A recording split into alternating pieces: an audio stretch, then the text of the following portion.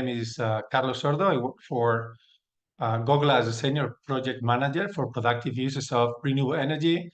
I'm also the program manager of a scale-up program funded by the IKEA Foundation. And I'm going to be the facilitator of today's webinar. So good morning, good afternoon, and good evening, depending on where you are. We are today going to be talking about demand-side subsidies for productive uses of renewable energy, which is a topic that is not very broad yet, and but we understand and believe there is a lot of ground to cover. As you can see, the agenda and the participants, we have an incredible panel today with us, with my colleague Oliver, who will be talking the first on the trends in result-based finance for productive uses. It's going to be context setting or setting the context on the flow of grants into the productive uses space. It's going to be followed by Sarah Alexander, who is the Global Technical Advisor at SMB. Thanks for joining, also to Oliver. And she will be talking about the role of the demand-side subsidies in agricultural productive use programs. She will have the tough task of explaining us very clearly what demand-side subsidies are for productive uses, in order for everybody to understand very, very clearly what it is and how the difference is from supply-side subsidies. Then we will have our colleague Abhishek joining from India. Thanks, Abhishek, for joining this late today. He's the fellow and director of Powering Livelihoods at CEEW, and he will be talking about Powering Livelihoods, a program that has already been going for some time now, on including some of the elements around demand-side subsidy. Then after that, we will have Hag Stienblad, who is Chief Growth Officer at Sun Culture, joining from Nairobi. Thanks, Hag, as well, for joining. Hag is also the chair of our Productive Use Working Group, so thanking you for your presence. And after that, we will have time for questions from the audience. Hopefully, we will get a lot. If not responded all of them today, we will surely be going through after the webinar. We will also have a couple of 3 polls in which you can also provide some info that will be extremely interesting for us. Next slide, please, Brenda. So that's the first one. As we usually do under the End User Subsidy Lab, we're going to be asking you the option that most accurately describes your organization. So please go for either government, private sector, development agency, NGO, or others. Take 10 seconds and then we will read the results.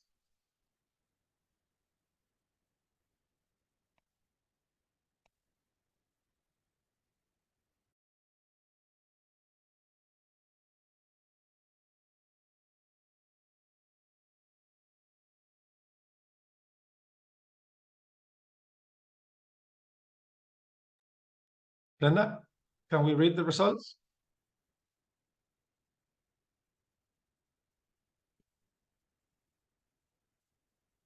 Okay, so interesting. We have a lot of private sector in the room, 45%, and then followed by both NGOs, development agencies, and development finance institutions. Very little government representatives. That 1%, we want questions from that 1%. Don't escape the questions. And then others, pity, we don't know who you are. We will try to expand it next time.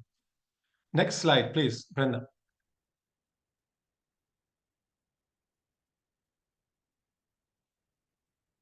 So before we start, just to very briefly clarify what the End User Subsidy Lab.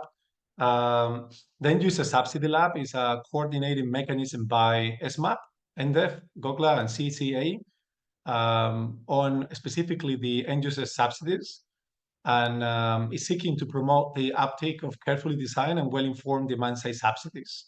And is aiming to crowding in knowledge, resources, and expertise. It's offering a platform for exchange, dialogue, and extensive consultation, sharing lessons learned, tools, and information, and finally testing prototype and end user subsidy designs. So it's basically a space for all of us to learn from each other. It's a space for all of us to exchange, understand what tools exist, and obviously to understand what are the success stories and the non-success stories. Next one, Brenda. And that's the final one on my side. Apart from, or as part of the End User Subsidy Lab, we have created this series of webinars on productive uses and demand-side subsidies for productive uses of renewable energy.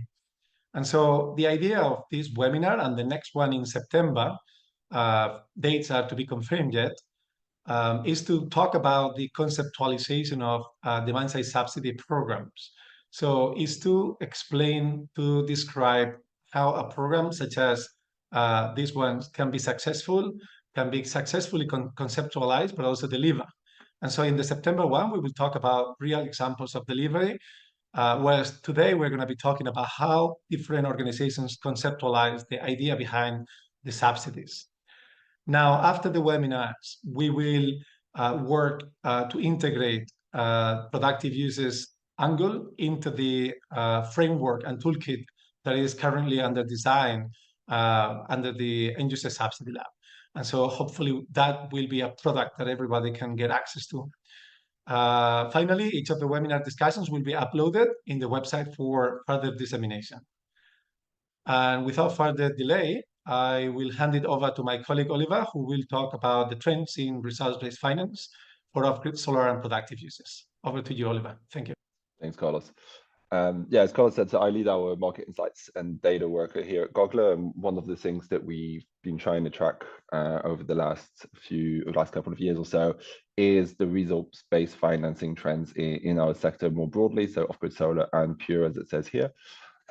Maybe one thing to say here is that the data I'll be showing in these slides is not focused on end user subsidies, but rather on RBF more broadly, which may include demand-side subsidies, supply-side subsidies that may or may not be passed on to customers, as the call out on this slide suggests.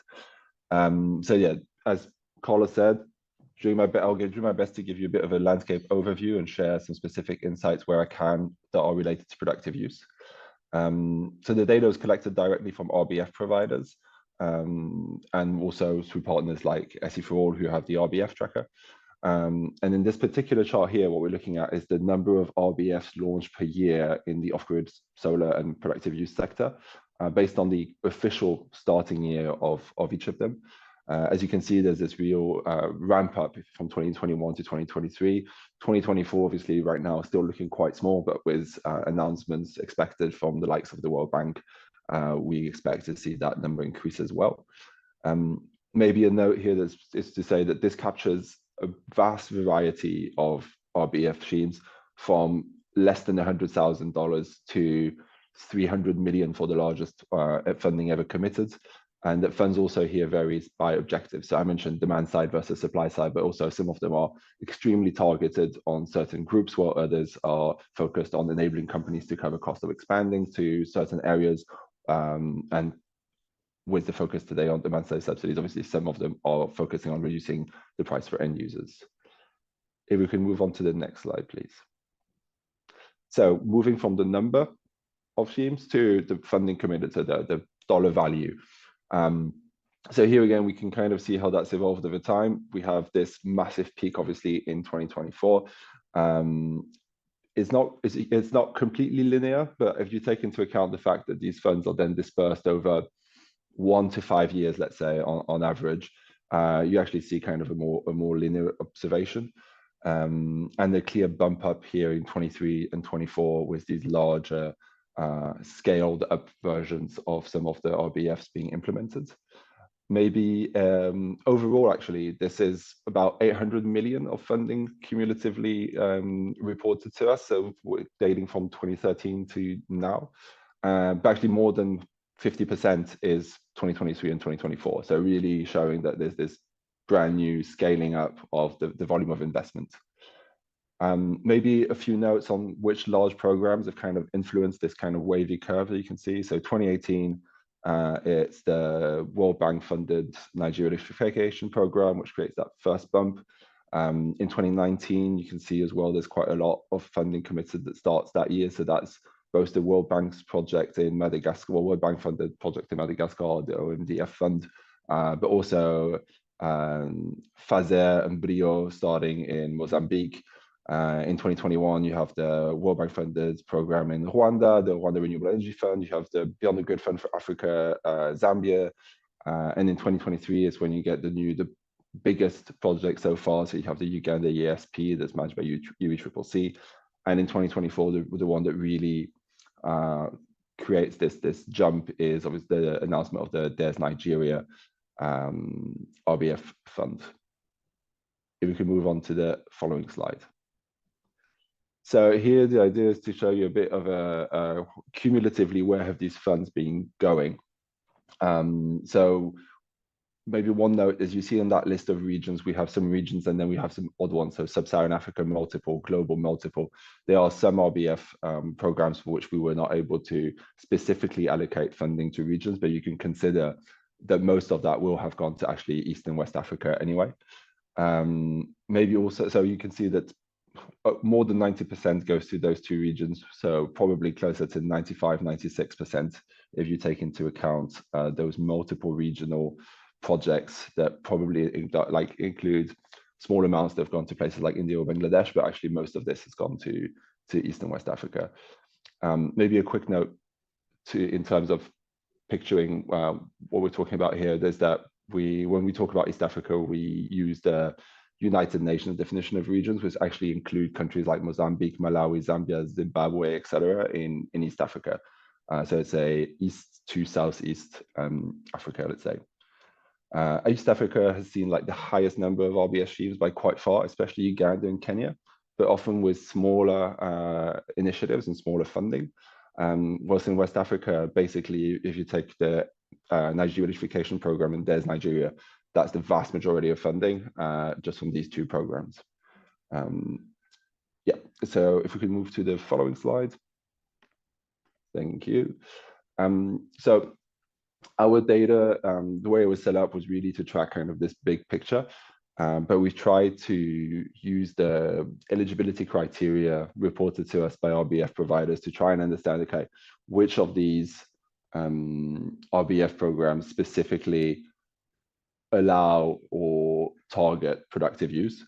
And so what you can see here is basically we're looking at the same chart as the first chart, but the yellow part is where we've been able to identify clearly that productive use is targeted or accepted as part of the type of projects that get funded through these schemes. And here again, you can see, yes, they have been kind of included throughout time. Mostly, a lot of these 2013 to 2019 RBFs that included productive use were pilots, small scale. And then 2021, 2022, 2023, you can see that it becomes a higher and higher proportion. A lot of the funds that are being announced now either targets, there's several that target specifically productive use, but then there's also just that more and more of them have a energy access and a productive use component. And so you can really see this, this ramp up. And unfortunately, I won't be able to share kind of the dollar value that's committed to Pure because we don't currently have that data, but we're hoping to work with RBF providers to kind of enrich the data as we go along and be able to share more with the market. And yeah, if we can maybe move to my last slide. Perfect, thanks a lot. So we've looked at how the trends have evolved. We wanted to do one more thing, which is kind of look, okay, like what's the potential in terms of these RBF schemes having an impact on the market. Obviously, there's still limited data available on RBFs that are completely focused on productive use.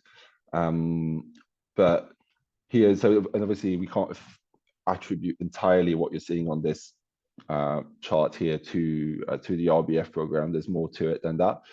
But it's interesting to see the overlap between the CEFA Kenya RBF or the CEFA Kenya program, should I say more generally, and the kickoff of this acceleration in sales. You can see the compounded annual growth rate from 2019 to 2021 in our data. This is all solar water pump sales in Kenya was only about 20 or so %. And then over the last 2 years, that's reached 42%. As you can see, there's a bit of a dip in 2023, but that's been the case across the off-grid solar and productive use data, well, sales data that we have. So more, it seems like less of more of a conjunctural trend across the markets. And just, maybe in terms of impact, what this means is obviously the sales of pumps that you see here, that would actually translate into about 32,000 smallholder farmers with access to improved and renewable power irrigation. And obviously here with the RBF and the CIFA, and maybe some of my colleagues on the call can describe that program better than I can. It's not necessarily a demand side RBF, but I think it's the same potential, right?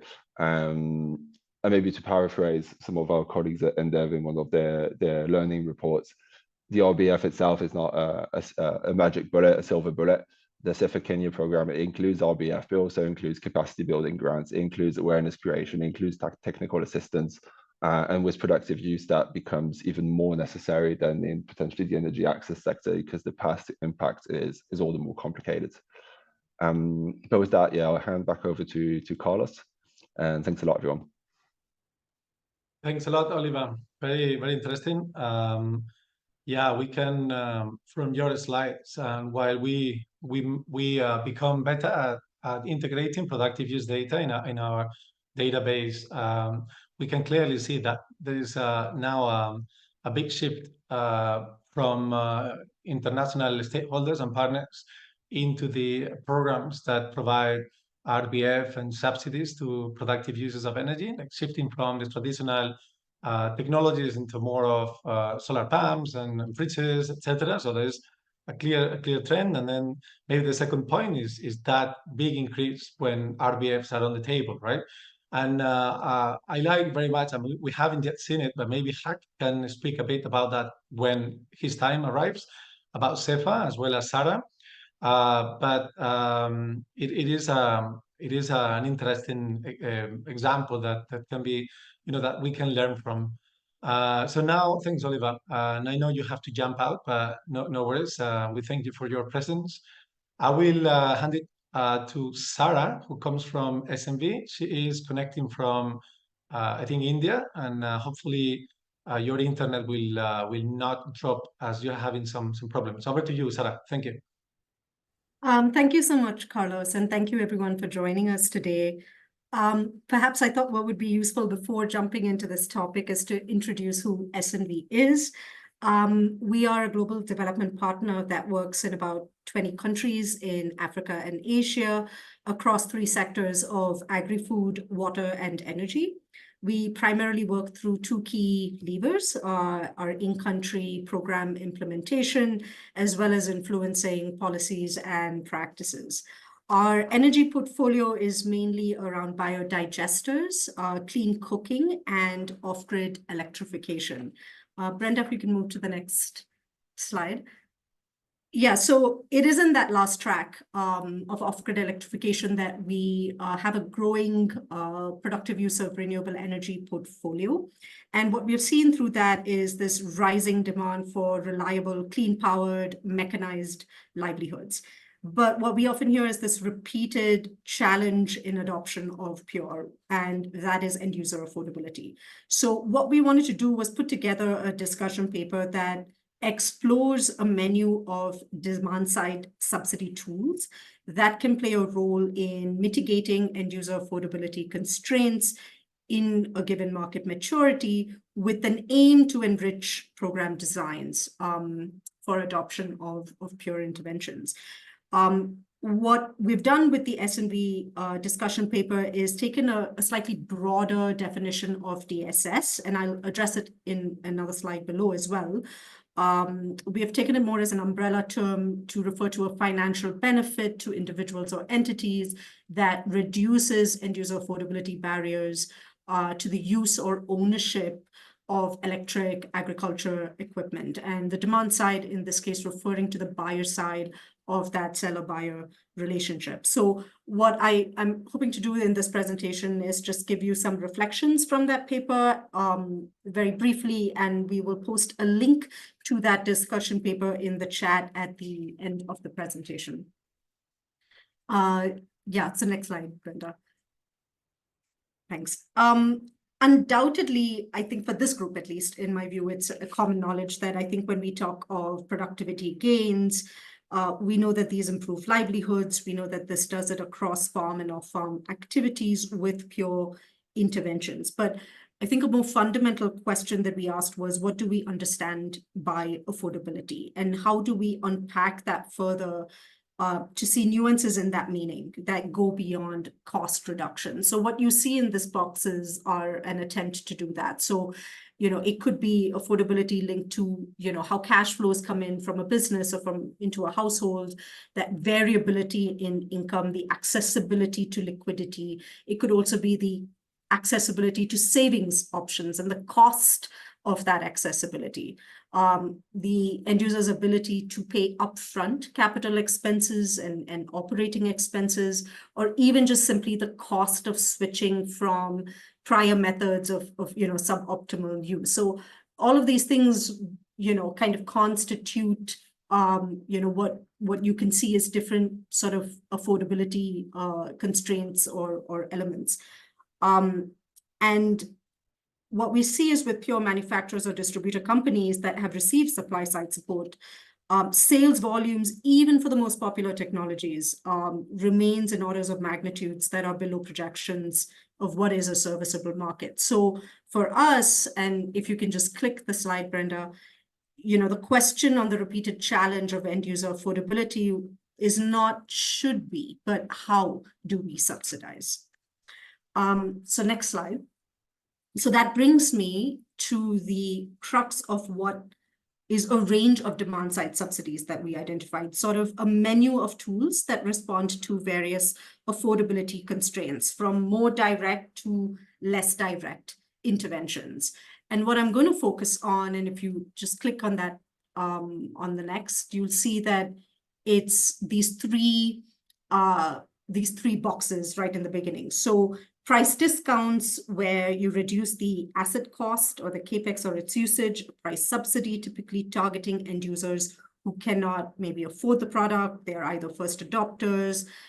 There isn't any availability of financing. Oftentimes, these are poor communities, maybe refugee settlements, even remote areas, or just simply new markets.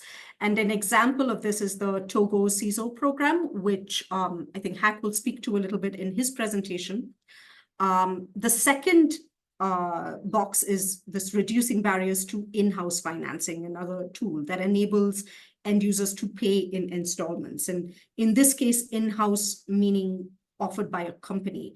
Most appropriate end users would afford equipment on a modified payment plan based on their cash flows, but do not necessarily have access to third-party financing. And popular examples of this are, the PG financing or agri off-takers offering systems on credit or higher. And then that third box is reducing barriers to third-party financing. So it mitigates the cost and risk of lending or borrowing so that end users can pay in affordable installments. And typically this would support end users who have some sort of access to savings or financial infrastructure. And this could be offered by a financial institution or a digital lender or a cooperative. And so examples of this could be SACCOs, MFIs, or in the Indian context, even NBFCs, which Abhishek will also speak a little bit more to.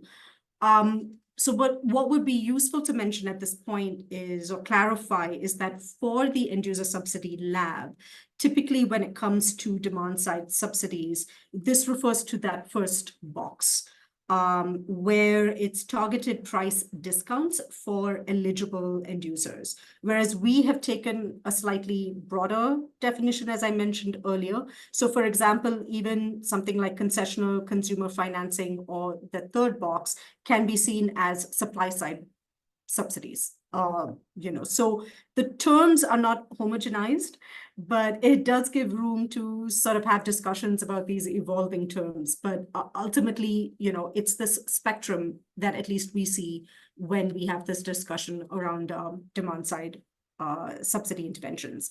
And the paper will outline a little more detail around the pros and cons of this and examples of what kinds of DSS these entail. Next. What we also identified then were these three mechanisms under which demand side subsidies function, just like a categorization. So you have cost reduction, where the cost is lower than a market rate. We have structural change, where there's a change in payment term, and risk mitigation to end user or a lender to ensure repayment of loans, right? And what we feel is like in individually or in combination, this can be matched to address affordability constraints. So for example, if an end user has a low ability to pay a retail price and the affordability constraint is access to capital, then perhaps it's cost reduction that is an effective mechanism. But let's say it's the low ability to pay a deposit amount, and the affordability constraint in that case is access to savings, then perhaps the mechanism is some sort of combination or an either or. It's perhaps cost reduction, that is you reduce the deposit cost, or maybe it's even a structural change that is reducing the percentage of deposit that's expected. So I think in essence, what we're saying is that it can be individually seen or it can be seen in combination, but it is speaking to that spectrum of different variations of affordability constraints. Next. Simply viewing, and I think this was sort of an important point to mention in these next two slides, which is simply viewing this in isolation is not advisable. So what we highlight is that the choices on the menu of tools and these three mechanisms, it needs to be seen within the context of the maturity of the ecosystem from weak to commercial. And we detail what we mean by weak, transitional, and commercial in the paper. But just to give you an example, for example, in a weak ecosystem, maybe there's a low ability to pay, maybe there's low awareness, there are few distributors. In that case, then cost reduction is probably a way to go. Whereas in a transitional ecosystem, there's more economic activity, maybe there's more existence of suppliers or presence of FIs or more awareness. And then maybe there's a combination of in-house financing and third-party financing that would be more suitable. So depending on this maturity, some options and mechanisms might be more suitable, but what we can agree, I think, is that ultimately the aim is to progress to less interventionist approaches. But keeping in mind that in some cases, and that's just the reality, one might never transition from more direct interventions just by virtue of the vulnerability of those communities. And then just to kind of tag that with on the next slide is that I think when we see demand side subsidies, you need to see it in the context of, if you look at that end user financing box, it's a subsystem of end user financing. So DSS is one part of that, but it cannot be effective without thinking of end user creditworthiness, linkages to productive use technology distributors, suppliers, business development support. I mean, it's just not effective. And further, end user financing is nested within this pure ecosystem. So just focusing on, say, DSS or supply side support is not enough. And that's what we outline in the paper, that you need to have more complementarity with other parts in parallel.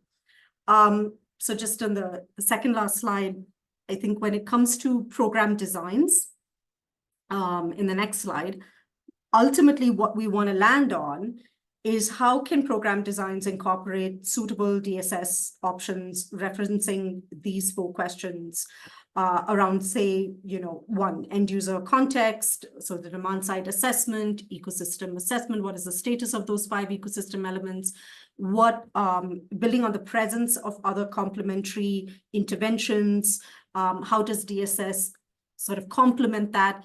And then ultimately, what is that intervention subsidy that would make the most sense, and how long should that support be? So Brenda, you can just click through what is that flow chart kind of thing. I think it's a very simplified version here, but it's just to give a flavor for, I think, what is that decision-making tree to ultimately get to what is the best or most suitable subsidy mechanism. And we detail this a little bit more in the paper. But that's really the essence to arrive at what would be effective program designs.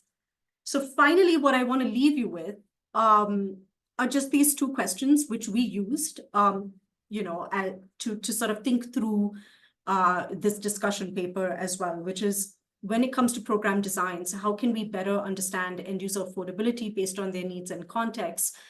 And also, how then can we look at productive use of energy subsidy options based on these ecosystem maturities and subsidy mechanisms? So I think essentially, how do you enrich program designs with these different questions in mind, and not see it in isolation? So I'll end there.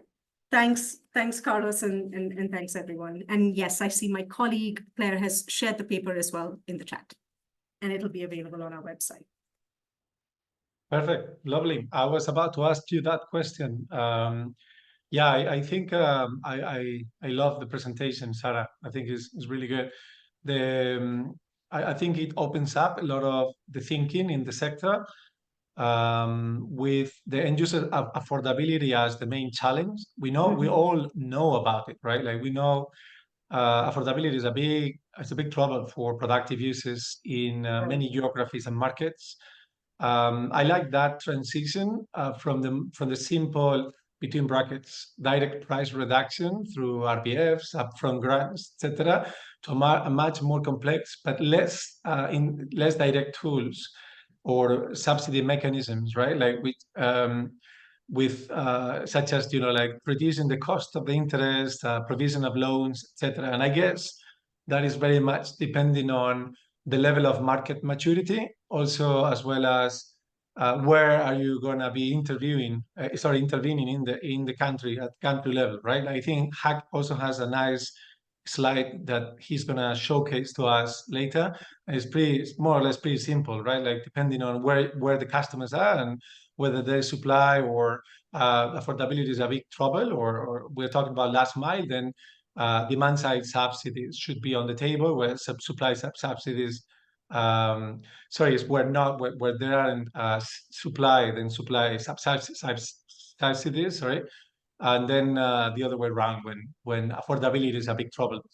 I also like the visual with the branches showcasing the subsidy mechanisms and the decision making.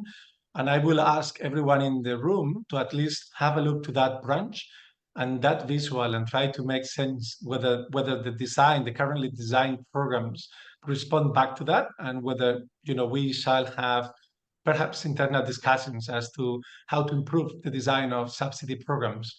But thanks a lot for that, Sarah. I've seen a couple of questions that we can respond back later, and thanks for joining. So now we're jumping into the second poll question. We are good with time yet, which is surprising because it's always complicated. So thanks to Oliver and Sarah. The question for the second poll is for only development partners, MDBs, and financial institutions, NGOs, and/or governments to respond. There will be another one for private sector companies, no worries. And so the question is your organization currently designing or implementing a pure demand side subsidy program? Please take 20 seconds to reply this one.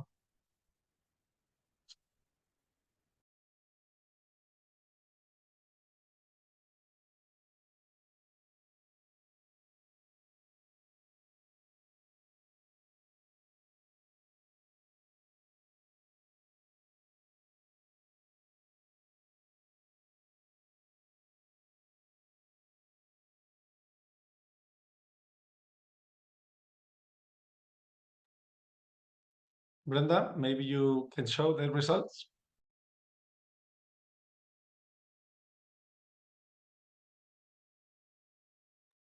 Interesting. So majority of the people in the call representing financial institutions, NGOs, governments, and/or development partners are currently implementing productive use of renewable energy demand side subsidies. That's really interesting.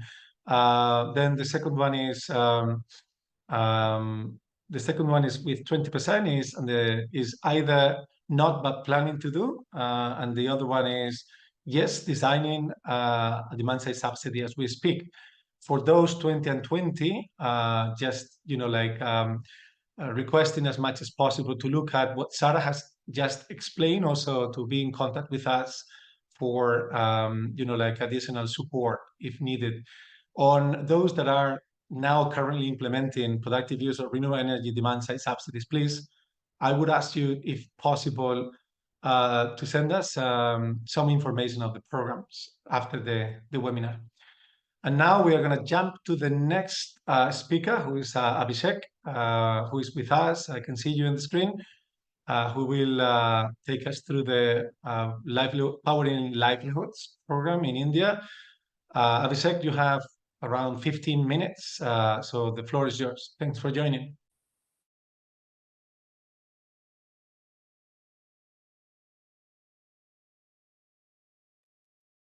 You're muted, Abhishek.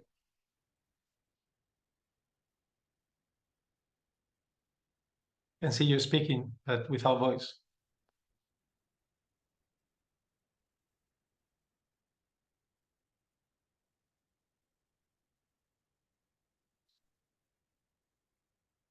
Maybe, Brenda, can we help Abhishek to unmute himself? 1 second, let me.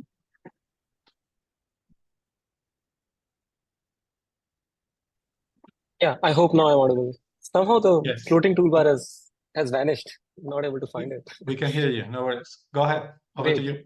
All right. Let me try if the slides are actually moving around.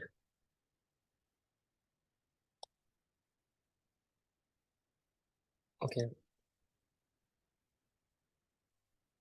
I guess, yeah, great. Hi, everyone. Good evening from India. I'm Abhishek Jain from the Council on Energy, Environment and Water. What I'm going to talk to you about today is experiences from our program that we have been running in India for about 4 years now. It started just around the onset of the pandemic. It's called Powering Livelihoods. It's a joint initiative between the council that I represent and another organization called WillGrow, which is India's oldest and largest social enterprise incubator. A little bit about the council.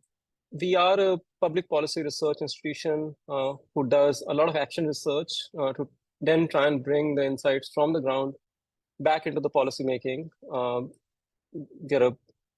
It's a range of issues that we work on, but today I'm going to talk a lot more about the distributed renewables and in particular, the pure solutions. Just to set the context within which I'm going to talk about and give you a little bit of an overview of the program Powering Livelihoods that we run. The whole focus of the program is to mainstream pure solutions in India. And we do this via an integrated approach of what we call a enterprise accelerator, where you work with the pure enterprises who are developing and manufacturing and deploying pure solutions on the ground. We provide them with the capital, technical, and market linkage support, help them commercially grow. But in the process, what we also do is what we call the ecosystem acceleration. So how do you leverage the evidence on viability, scalability, investability of these solutions to then unlock partnerships with financiers, investors, and boost their confidence towards the ecosystem as a whole, not just for the enterprises that we work with, but rather expand their confidence levels for the ecosystem. And in the last few years, what we have managed to do is enable about 20,000 livelihoods powered through Pure across 12,000 different technology deployments across the Indian states, and have supported with a dedicated policy on pure solutions that has come up in India by the Government of India, a national level policy.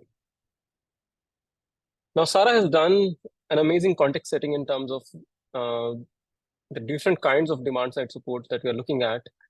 But let me sort of underscore some of that once again. Why are we looking at end user subsidies, especially for pure solutions? Three interrelated links. First, we know that unlike a diesel powered solution or a grid powered solution where the OPEX is a lot, this is really the upfront cost that makes it very difficult, the adoption of pure among the intended users. So very high capex, and hence the initial affordability and the adoption becomes a challenge. Now that then gets linked with, if upfront cost is high, the typical solutions are to get financing going for those for adoption. But if the financiers are not aware about these solutions, it's hard to unlock financing from the get-go. And a third is that many of these solutions are new for the users themselves. Many of them have not seen a solar dryer in their life. They have not seen how a waste biomass powered cold storage works. So there is also a lot of lack of confidence and lack of familiarity with the users, and hence the early adoption need some kind of additional impetus. Now, what we have been doing within the Powering Livelihoods program in terms of various kinds of upfront support that we have provided to the users is first, of course, the plain vanilla reducing the cost of the product. The second is where the financing can be arranged and can be available to reduce the cost of financing. And the third is where the financing is not available, the financier is not willing to come to the table because solutions are too new, they are not familiar with the solutions. We have managed to put in place default guarantees in order to then unlock financing for adoption. But with one common principle that all of these should be gradually phased out as the market matures, as Sarah was also mentioning towards the end of her presentation. Now, this would be quite similar across the global south, but the target audience that we are looking at, the target users for these solutions that we are looking at, do not have fairly high levels of incomes. In India, our typical users are having an annual median income of about $1,200. These are for agricultural users, and about $1,600 for non-agriculture users, for various kinds of small, micro, nano entrepreneurs. And as a result, a lot of the deployments that we see in India, almost more than 50% of them have availed one or the other kind of subsidy. It could be a public subsidy from the government, or it could be a philanthropic subsidy coming via the non-government organizations and so on. And among those who have actually availed a loan, especially within the pool of users that we have been working with, almost 80% of them availed a loan because there was an FLDG to now make the loan accessible to them, the first loss default guarantee. Now, coming on to different tools that we have used, in some ways, these are now real use case and life examples of what Sarah was talking about in terms of different approaches to providing support to the end users. Let me start with just the upfront product subsidy. And within this, there are different ways in which we have sort of played around with it under different contexts and use cases. So the first one is that instead of just saying that, okay, here is a subsidy for you to use the product and easily adopt the product, we have tried to sort of leverage the subsidy and the early adoption in a way so that that support goes beyond just supporting the one user, but instead create a demonstration effect and particularly engage those early adopters who are getting the subsidy as what we call demo champions. So they then become the messengers and evangelists on the ground to also talk about the solutions, pure solutions within their community, within their peers, in order to then make these solutions more familiar with the on-ground potential users. So these are typically useful when you're trying to enter a new geography or entering with a new technology in an old geography. And where the business models are not effectively proven, this is a great way to start early adoption, but then use that early adoption to create kind of a snowballing effect for more and more users. The specific study I wanted to quickly talk about, here. So this is just one example of one such, what we call a demo champion. So Sunita ji got the refrigerator at about 50% capital subsidy, but we selected her as a user because she particularly had a strong network in the community. She's already a member of what we call a cluster level federation of women self-help groups. So she is in effect in touch with 5,000 to 6,000 women via the SHG networks that are created, self-help group networks of women. And each of these networks will have about 10 women coming together. Now, what she managed to do is, through her own experience as a first-hand user, she is able to convince many more women in her network to start getting interested in this technology. In this case, it is a solar refrigerator. So she managed to generate leads with about 100 women as she informed them about this technology. The one challenge that we have seen is, even though leads get generated, if it is not complemented with financing mechanisms for those leads to actually get converted, the sales will not happen or the further adoption may not happen. Yeah. The next example that I want to talk about is with regards to, again, using capital upfront subsidy support, but in a context where you're trying to do trade activation events. So this is another way to sort of bridge the awareness gaps on the ground about the pure solutions. So you do small trade activation events and you link the subsidy support to the demand that gets immediately generated from these trade activation events. So within the first 2 weeks, whatever the demand gets generated, there is a subsidy support for those leads. And that has then led to great follow-up sort of in terms of an event to adoption happening around these pure solutions in the geographies where we have tried these out. Now, here, this is an example where we did a trade activation event with about 400 women coming together, again, incidentally around solar refrigerator. And during that event, almost 50 women expressed interest. So almost 1 in 8 expressed interest to actually adopt the solution. And in this case, we also kind of created a convergence with the government scheme and enabled about 22 sales of these refrigerators, where some subsidy that came in from the program, but then the financing for the remaining part happened via a government scheme. So the end users, even after capital subsidy, could not afford the rest of the cost of the product. So the financing got kicked in via a government program. And the third example I want to talk about when it comes to upfront subsidizing of the product is the use case when a technology manufacturer is at a very small scale, early days for them to enter into the market, and the product price point is not what it would be at the economies of scale. So if today the product is at $1,000 a unit, and they know that we can actually bring it down to $600 a unit, provided we were actually doing 1,000 sales a year. Now, we help them, technology manufacturers, to actually test case your price point strategy and market affordability at that $600 instead of $1,000. So this then helps understand at a very early stage, even without ramping up the production, that whether this price point is actually working, what are the feedback that the customers are giving or the market is giving, and hence whether the viability for these enterprise, even at maturity, is there or not. So this is another use case that we are trying out right now with one of the enterprises, where they are very confident to bring the cost down once they hit the economies of scale. Now, let me move forward with another kind of end user support. In this case, this is the interest subvention. So instead of directly providing the capital subsidy, you reduce the cost of financing, which is often pretty steep in developing countries. We are looking at, let's say, the microfinance institutions extending loans at interest rates of anywhere between 20% to 25% a year. But that is pretty high, and many times the users will get what we call a sticker shock of that interest rate, that this is too high an interest rate for us to actually even adopt the pure solution. So, but where we have seen this working, like the interest subvention actually ends up working, is where the business model and the cash flows are reasonably well predicted. The technology has shown that with the initial set of deployments, and the financiers are confident to actually take on the risk of extending financing.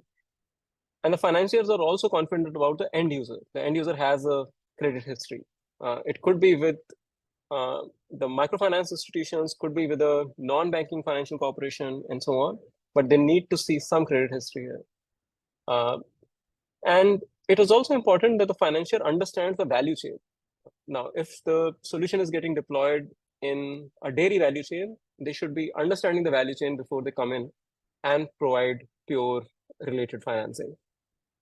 And finally, as I said, they have to have confidence in the technology performance. So here is an example of supporting a solar-powered vertical hydroponics fodder growing unit for dairy and livestock cultivation in India. And in this case, we managed to unlock a loan portfolio worth almost $120K US. And the original interest rate was about close to 20%. The program enabled an interest subvention of about 10%, led to an effective interest rate for the user at about 10%. The next example is around the convergence with the government schemes. So if there are existing schemes which are trying to promote livelihoods and they are extending whether a capital subsidy or an interest subvention and so on, it's important for the pure market players to leverage these kinds of convergence opportunities. And it works well where your target user is already eligible for such a scheme. In our case, these were food-related micro-entrepreneurs who unlocked the food processing-related public scheme of the Government of India to then unlock subsidies as well as financing for their solution for a multi-purpose food processor in this case. The next I want to talk about the first loss default guarantee and what does it unlock in terms of access to finance, but also building confidence of the financiers. The first time financiers to Pure are very hesitant. They do not want to sort of put themselves and expose themselves to a lot of risk of defaults. And hence they do seek a lot of credit guarantees or default guarantees. In our case, we managed to use some of the philanthropic money to actually unlock 4x the financing credit against that philanthropic money as guarantees. If you put $10,000, you are able to unlock $40,000 to $50,000 worth of financing in this case. It works well where there is no or limited end user credit history because the risk is getting covered with the financing. It works well where financiers are interested, but they do not have enough confidence on the technology because the technology is so new. And it works well where instead of just, where otherwise the financing would not be available without this support. And here we managed to do, again, about 120K worth of loan portfolio for solar refrigerators. And the good story here is that once the entire portfolio was consumed with financing and the repayment started happening, the financiers started reusing that money for further lending. So there are two phases of the lending now that are going on. And almost 60% of these users are first-time credit users. So they are also building their credit history in the process. We have seen only 2.5% defaults in the last 2.5 years of actually doing this program. So which does say that, okay, even with financing, these are highly viable solutions and end users are able to pay back for these solutions via the loan tenures. With that, let me come to really the concluding slide and some of the parting messages that I want to leave all of us with. So subsidies are important, but they need to be super targeted. And they should be targeted to ensure that the user has a genuine intent to use the product and that they are there for the long term and not just because the subsidy is available, they want to adopt a product and they may not use it eventually, because that ends up creating then poor experiences on the ground for further market growth. The second is the clear communication to the user that there is a subsidy being provided to you. We have often seen in many philanthropic and even public programs, the users are not even aware that there is a subsidy. And that then creates market distortion in the medium to long run. And the third thing is, as I said, it's very heartening to see that the loans are actually being paid back very effectively when you actually extend financing for Pure solutions. And the fourth, the role for the Pure enterprises, the need to have a strong sales customer support team, to also do better trainings, after sales service, and so on, because that is what builds the confidence of financiers as well as the potential users on the ground. And that's what creates the market maturity beyond the subsidy support. And finally, the subsidies have to be capped and have to be time bound. It should not become like a business as usual in the long run. And the gradual phasing out is crucial. And that messaging to all the market participants is crucial in order to then ensure the self-sustenance of the sector. Let me stop there. Looking forward to the Q&As and the discussion later. Thank you. Thanks a lot, Abhishek. Very, very interesting. Very interesting work. I really like some of the success results that you're showing. I got captivated by that 80% of customers making the uptake of the products due to the first loss guarantee mechanism. It's really, really interesting. And it proves that in many cases, a well-concerted approach between demand-side subsidies and, as Sarah said before, less direct, schemes can be really fruitful. Also, I like the evangelist and how you move from incentivizing like heavy subsidies into early adopters and then testing product market response when they are the ones that are really getting out there, right? And getting more people sensitized, and therefore people come back and buy the product.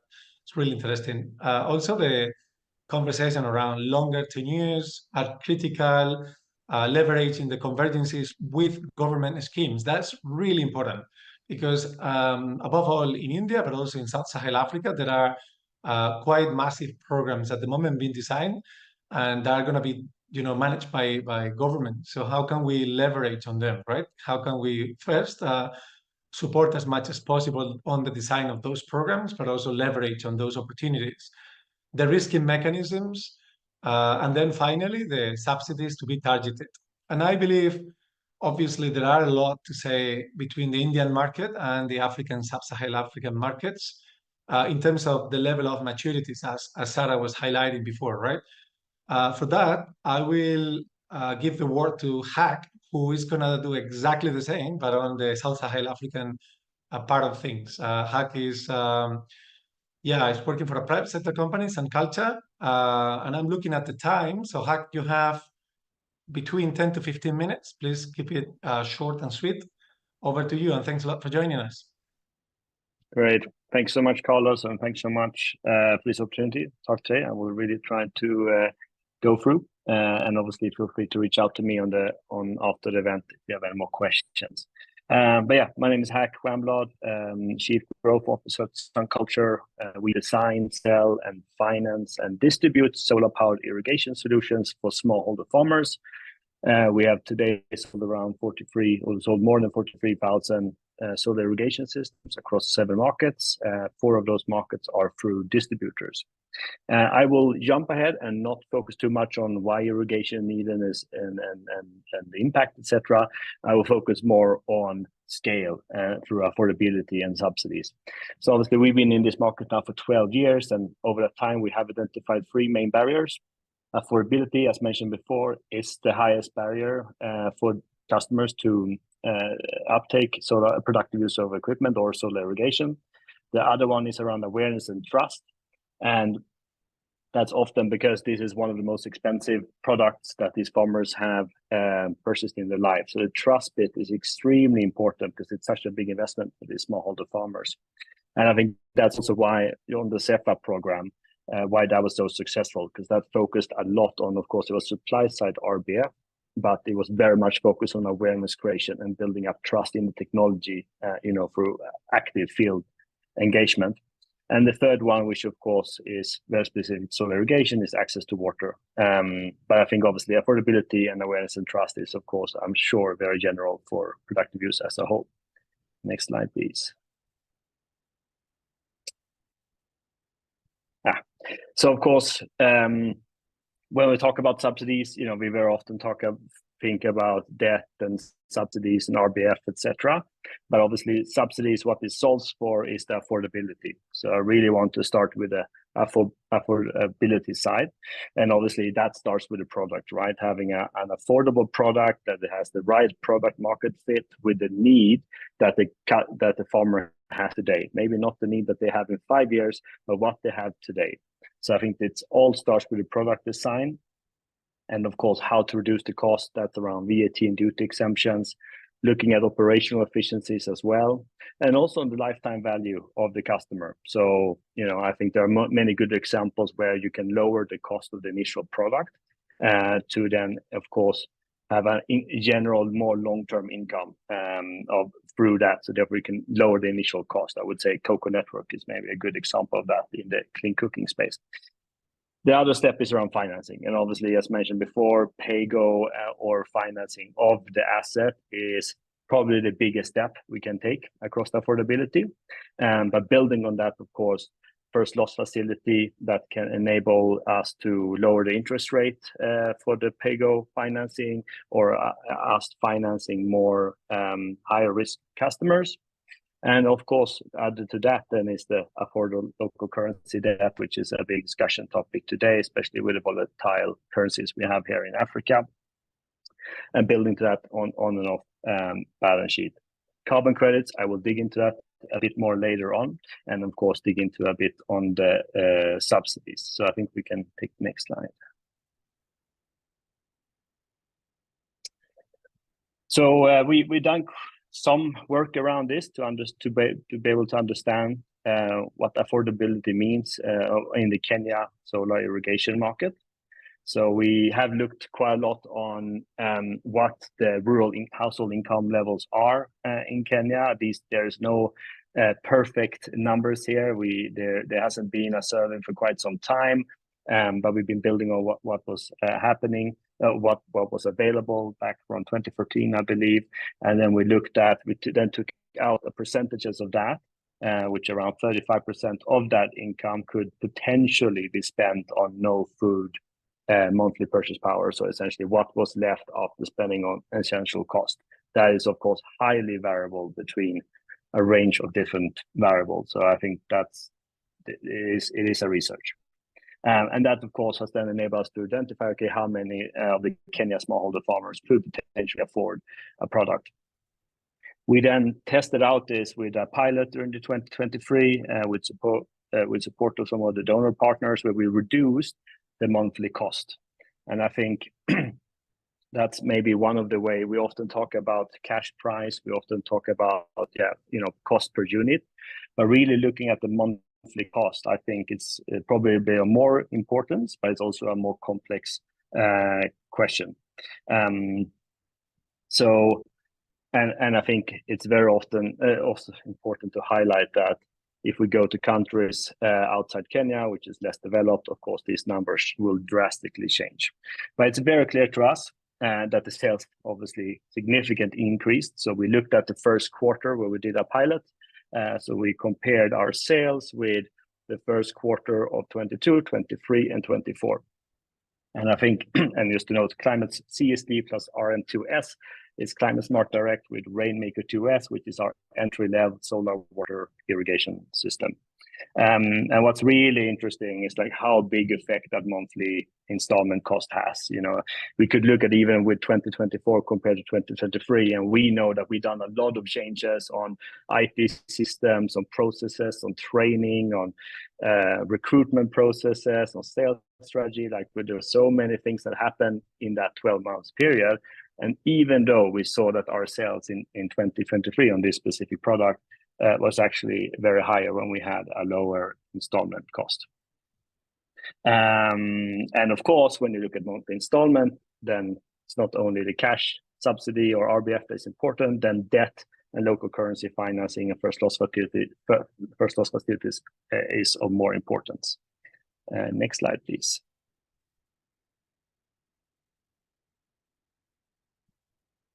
So just quickly on the carbon credits, and obviously this is one of the latest tools, I would say definitely in the productive use space, which can drastically reduce the cost. And it will, of course, either complement or potentially even phase out RBF in the future. And I think that this is a new tool that opens up for new possibilities for donors and government to reduce the price through carbon credits. So that could be a guarantee a higher price than current market rates of a carbon credit, which will enable us to reduce the price further to the customer. It could also be pre-finance deals where we get paid up front, which enables us to take a larger percentage of the carbon credit and lower the price, essentially mitigate the risk. Sunculture have a current program with the BII who does this for us with a pre-financed and pre-agreed carbon credit price. Carbon credit comes with its own challenges, of course. It's a very high cost, long time to set it up. You need to restart the process for every new country. And of course, when it comes to productive use, carbon credit is not as powerful in terms of like revenue per unit compared to maybe the clean cooking stove. So it's not as high price reduction level.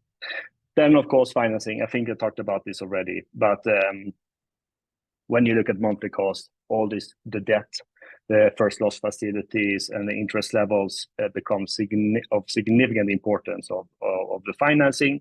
So those kind of facilities are a great importance. We have had a good support with USAID on this one, where they supported a first loss facility, which enabled us to essentially lower the interest rate for the customers and can reduce the monthly cost. So next slide, please. So moving over to RBF. So I think, thank you, GOGLA, for this slide. I think many companies or people have probably seen this before.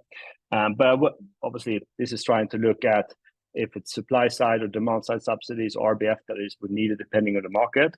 But what I want to say here on this is around, obviously, productive use is a very small and underdeveloped market today with very few players, too few players. And we are in a high cost asset, which I would say we are all down here in the financial challenge markets and non-commercial market.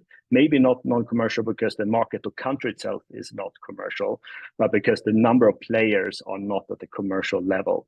So I think that is the balance. Yeah, I think we can take the next slide on that. So then on RBF, some of the key learnings that we have seen and successes, which is really important. And this picture here is maybe not the greatest explaining an RBF. I will not explain what an RBF is. I will focus more on what we have seen is important. So farmer-led program. This is incredibly important. It is a farmer's decision to buy this product. It's not a donor's decision or a government decision that they should buy this product with their support. It is essentially a farmer-led, it's their decision to make the investment. I think there was touched on this before as well. But that's very important. Pay-go, as mentioned before, I think reducing the cash price will have limited effect on who can uptake the product. You need to couple this with financing or pay-go to reach the farmers. Around 80% of all the products we have sold at Sun Culture has been financed. Right product for the right customer. Farmers need to start somewhere. You maybe want to buy the Ferrari, but currently maybe the Volkswagen or is more or bigger use to you right now. It's more about getting them into this space, and then they will grow. Then they will upgrade, they will upsell, they will scale up the system. But it's really about, since affordability is such a big problem, it's really about getting the right product to the right farmer. Of course, ensure warranty and customer service. This can be done through withholding some of the payments, maybe checking in after 12 months, if that customer is still happy, but that's very important. A percentage of the RBF upfront. So obviously an RBF is great, but it could really create some big cash flow problems for these companies, especially the smaller distributors. So to have a percentage of the RBF upfront, or coupled with some kind of debt facility is really needed, especially for smaller companies and underdeveloped markets where it's really hard to get equity and external debt financing. Fast application process, and more importantly, verification process. A delayed payment could significantly risk the growth or maybe even kill the company if not paid on time when promised. This goes back to the cash flow situation. But that's very important. And also in the application process, I want to say that many of these, we are much smaller companies in general compared to solar home system, and therefore a very heavy, tough due diligence application process is a big challenge for many of these companies. At the same time, it's a balance. We need to focus on the due diligence on the sales structure, operation, and customer service. And of course, repossession units is also a very important part of the productive use space, where we repossess the unit. If it's a default, we refurbish it and resell it. So very important that you take that into consideration when you're designing an RBF program. Some of the great successes with this format that we have had is, of course, the recent CLASP, which is funded by GAP and PAF program, ASCF React, and then SNV SEPA, which was the supply side, but nonetheless a very important one. Next slide, please.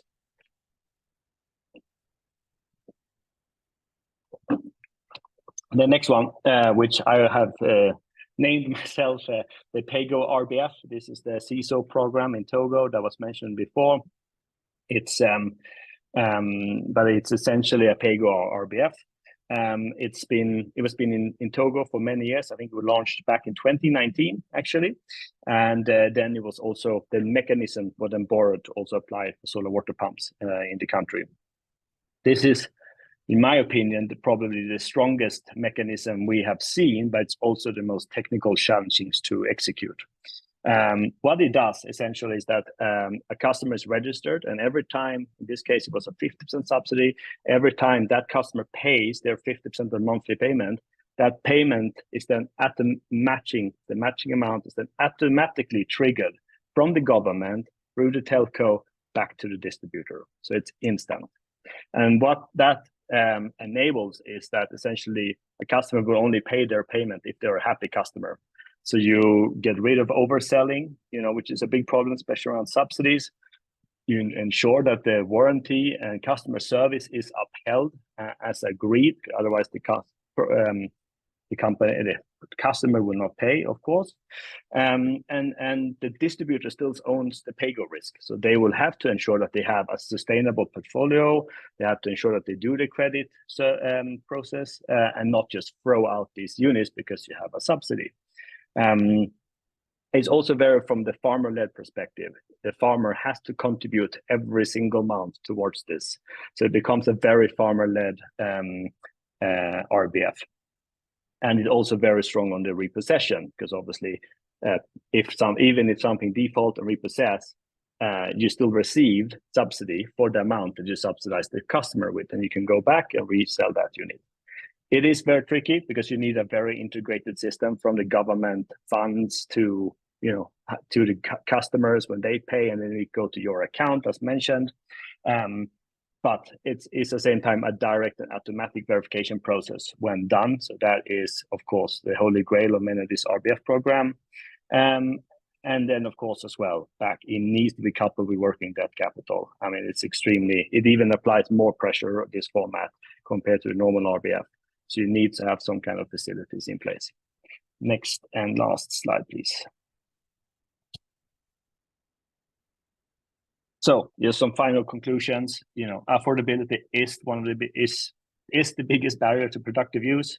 It is by far, even though the others are challenging as well, affordability is what we've seen from our pilots, the biggest barrier to scale. I think also another thing that I wanted to note is that RBF and carbon credits also mitigate the currency risk a bit, because they are often done in hard currency. So that has been of a huge helpful as well. Talking about Kenya last year, for instance, it was a great asset to us to have those revenues in place. Also then that a long-term program can have a great impact for underserved and underdeveloped markets.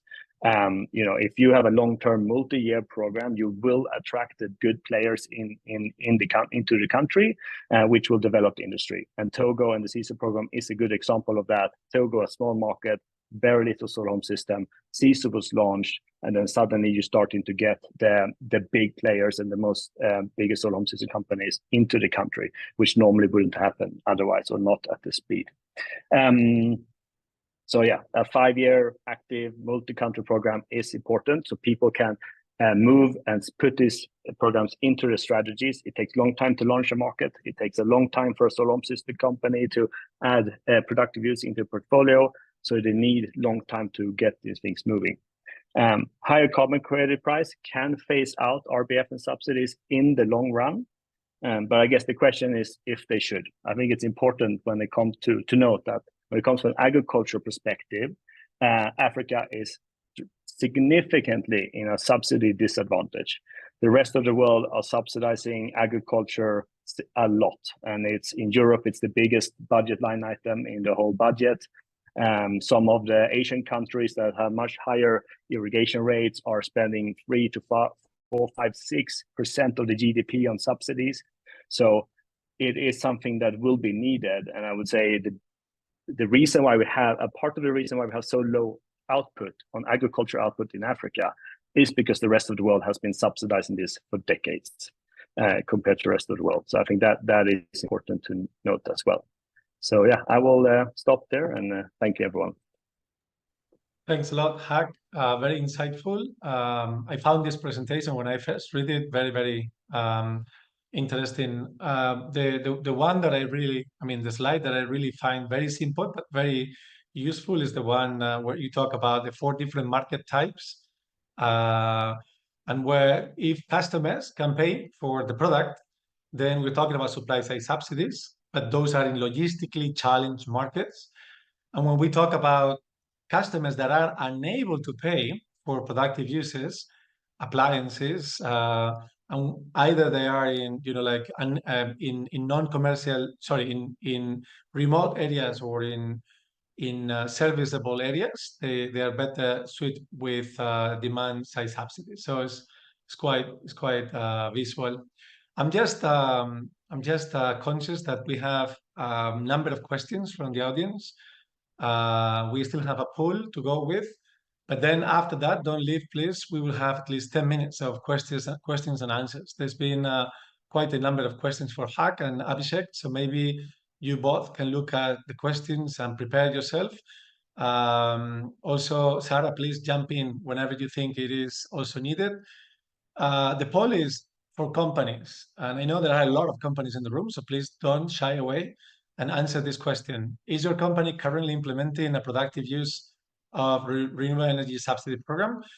And then you have no and not planning, no, but we are planning. Yes, we are currently implementing a productive use demand side subsidy program or a supply side subsidy program. There's only one answer, and if you have 2 different programs, go for the one that represents the biggest amount of income to your company. And then please, Brenda, brings us the results in 10 seconds so that we can move into a Q&A. Thank you.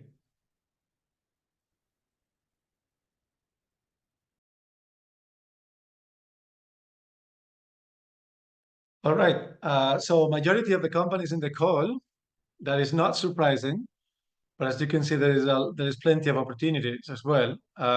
Majority of the companies in this call do not plan to do subsidies or are not planning to do it.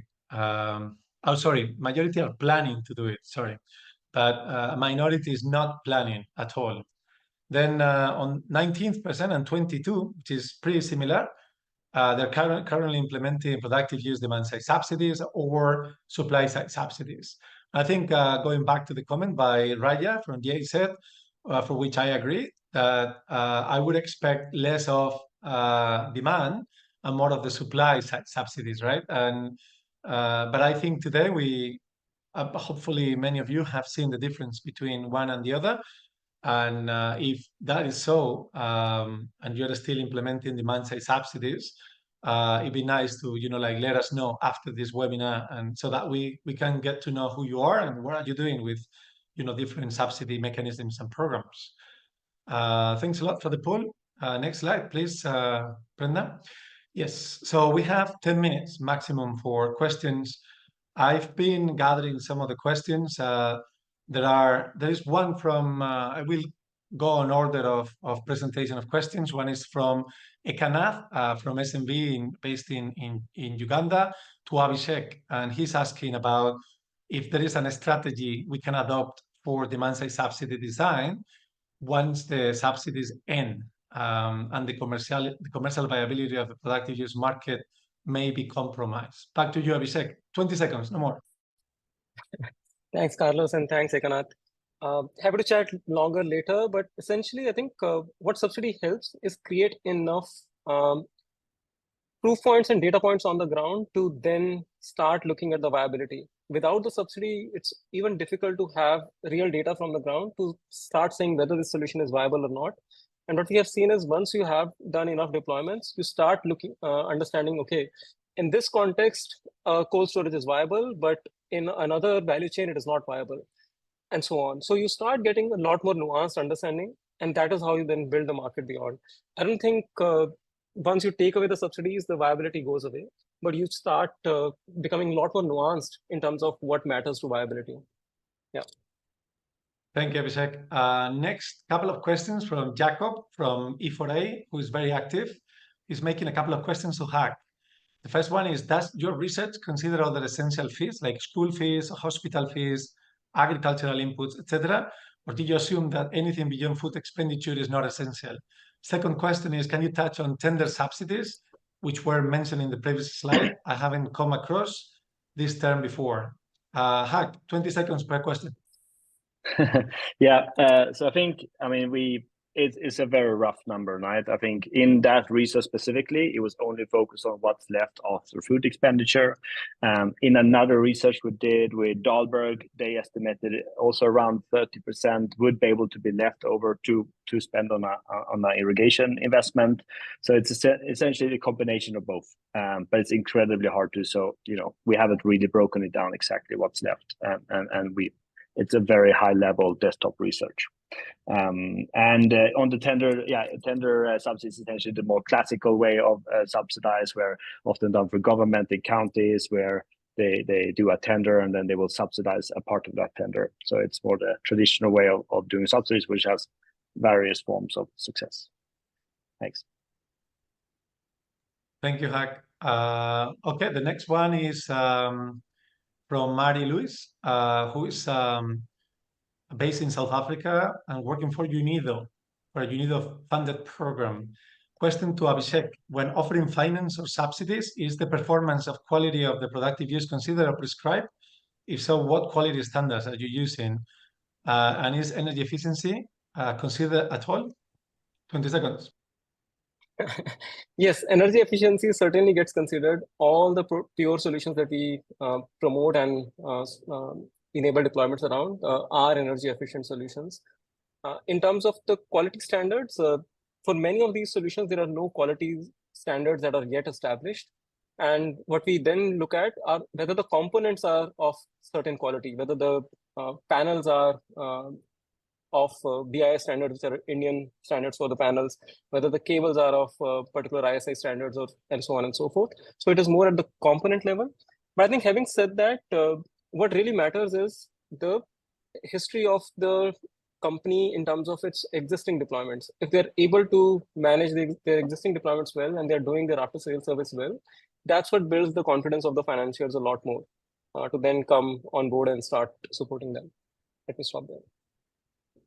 Perfect. Lovely, Abhishek. Thanks. There's also a response from Daval on the live remote monitoring that shall help determining the right quality of the product as well. So different avenues in which productive uses appliances can be qualified in terms of quality.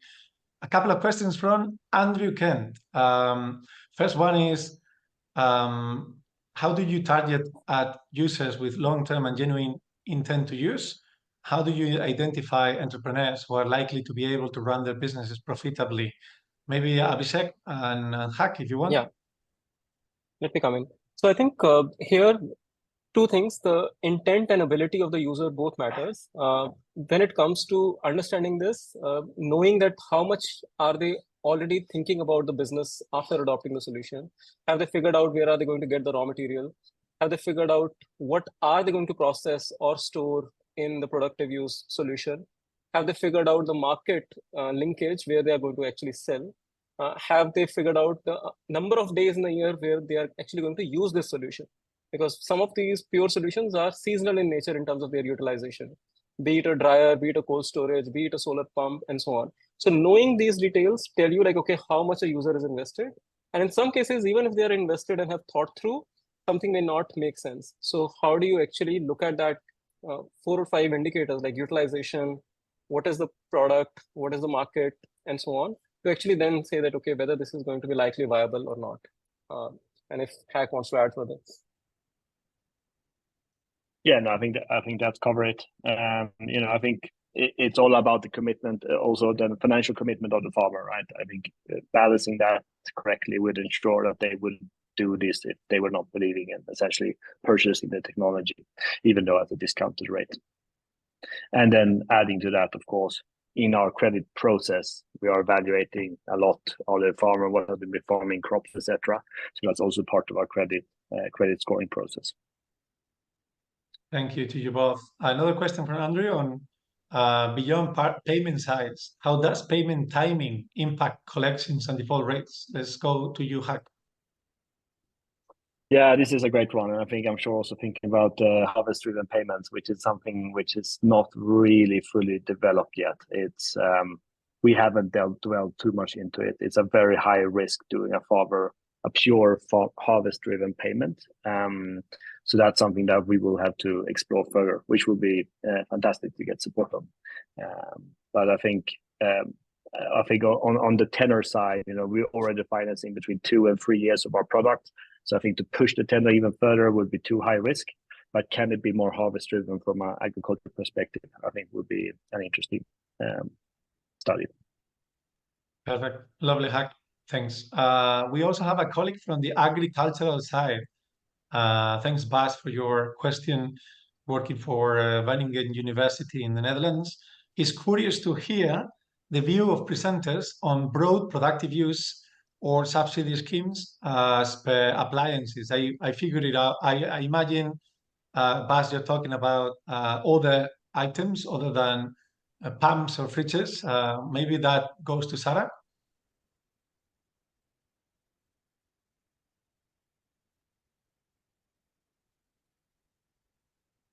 Sarah, can you hear us?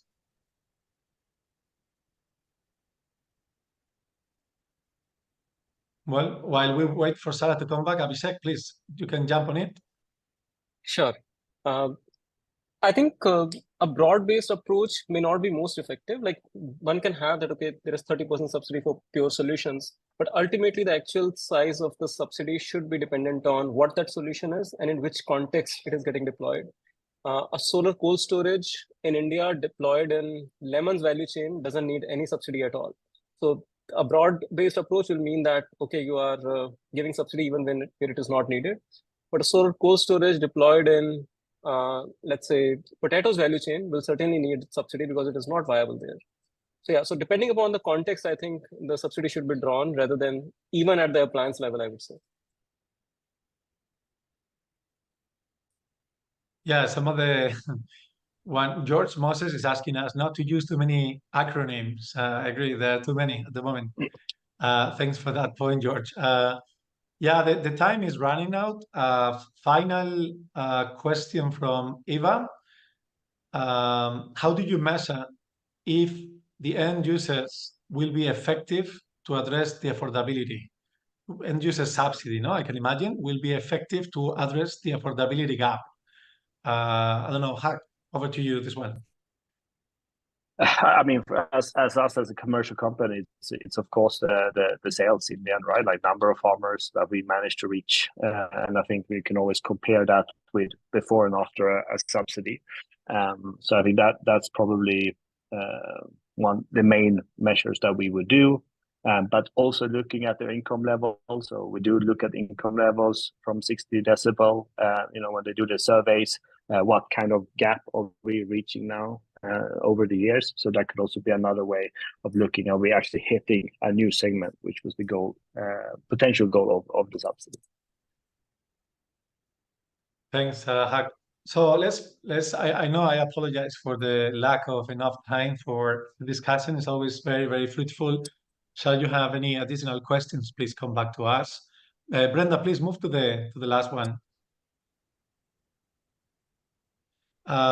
Just a quick recap of the next webinar on productive uses. It will be happening in September. Registration will be sent out to you very soon. Please expect an engaging discussion focused on the actual implementation of productive use and user subsidy programs. So we are going to go, as I think Abhishek did, into numbers, into like how things have been delivered, also as Hak did, with more numbers, more success stories, etc. Also on success stories, hopefully we can find some. This is also a way to learn. And so please do reach out to us, GOGLA, with any feedback about this webinar. We will take into consideration as we do the design of, like we support the design toolkit that I was talking about that is being currently designed by, together with SMAP. If you have ideas about subsidy design or anything else, please connect with Federico from SMAP World Bank, who is connected today, Sarah Alexander or myself. You have the email addresses here. Please, Brenda, the last one. And there will be upcoming webinars under the End User Subsidy Lab. We have one mid-June that is not to do with productive uses, but it's about end user subsidies for energy access, okay? For off-grid solar and clean cooking. Then September is part 2 of the productive use one, the one that is going to be about implementing the subsidy schemes. And also there are some preparations, such as discrete choice experiments to understand willingness to pay, and end-of pilots projects on demand-side subsidies. That's going to be also very, quite amazing to see, because there is so much data in there. So thanks to all these partners, the Clean Cooking Alliance and ENDEF, for this amazing collaboration as well with, SMAP, World Bank. Next one, Brenda. Yeah, and we initially aimed for 80 to 85 minutes. Couldn't be possible. I would like to thank the speakers, amazing presentations. We will be sharing the presentation with you all. Thanks to Hak, Abhishek, Sarah, also to Oliver, who is not in the call anymore. At GOGLA, we keep working quite intensely on the productive uses area.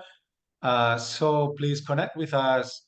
If you have the opportunity, chances, and interest, also I would encourage you to become members for those who are not, as private sector companies, because the bigger the voice we have, the more voices we have in the association, the more influence we can generate, right? As not only in this webinar, we're also doing a lot of stuff at the policy level in Kenya, Uganda, and Ethiopia on productive uses, specifically also in India.